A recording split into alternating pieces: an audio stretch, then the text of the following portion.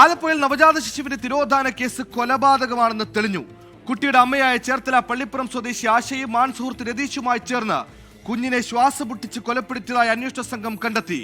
രതീഷിന്റെ വീടിന്റെ ശുചിമുറിയിൽ ഒളിപ്പിച്ച നിലയിൽ മൃതദേഹവും കണ്ടെത്തി.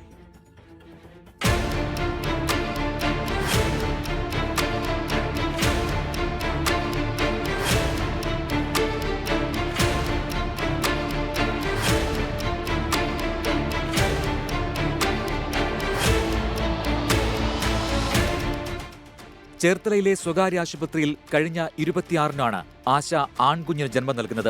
പിന്നീട് 31-ാം തീയതി ആശുപത്രി വിട്ടു. കുട്ടി ജനിച്ച വിവരം ആശുപത്രി അധികൃതർ പഞ്ചായത്തിന് കൈമാറി. പഞ്ചായത്തിൽ നിന്ന് നവജാത ശിശു പരിപാലനത്തിന്റെ ഭാഗമായുള്ള അന്വേഷണം വന്നപ്പോൾ കുഞ്ഞ് തന്റെ പക്കലില്ല എന്നുള്ള വിവരം ആശ നൽകി. വളർത്താൻ സാമ്പത്തിക ശേഷി ഇല്ലാത്തതിനാൽ തൃപ്പൂണിത്തുറ സ്വദേശികൾക്ക് കൈമാറി എന്നാണ് ആശ വ്യക്തമാക്കിയത്. ഇതോടെ ആശാ വർക്കർ വീട്ടിലെത്തി.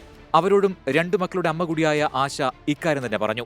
സംശയം തോന്നിയ ആശാപ്രവർത്തക വാർഡ് മെമ്പർ ഷിൽജയെ വിവരമറിയിച്ചതോടെയാണ് കൊലപാതകത്തിന്റെ ചുരുളഴിയുന്നത്.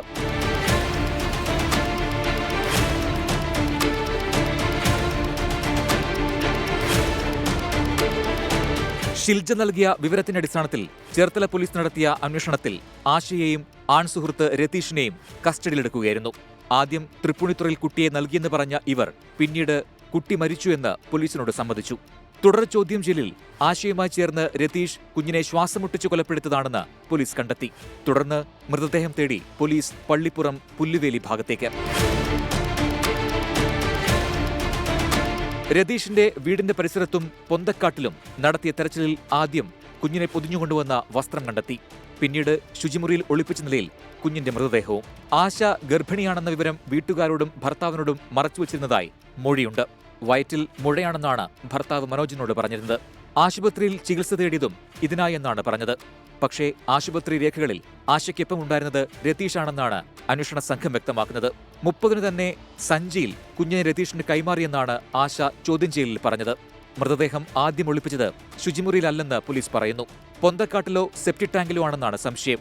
സംഭവം പുറത്തായതോടെ കത്തിച്ചു കളയാൻ വേണ്ടിയാണ് ശുചിമുറിയിൽ സൂക്ഷിച്ചത്. ഇൻക്വസ്റ്റ് നടപടികൾ പൂർത്തിയാക്കി മൃതദേഹം മോർച്ചറിയിലേക്ക് മാറ്റി. 24 ആലപ്പുഴ.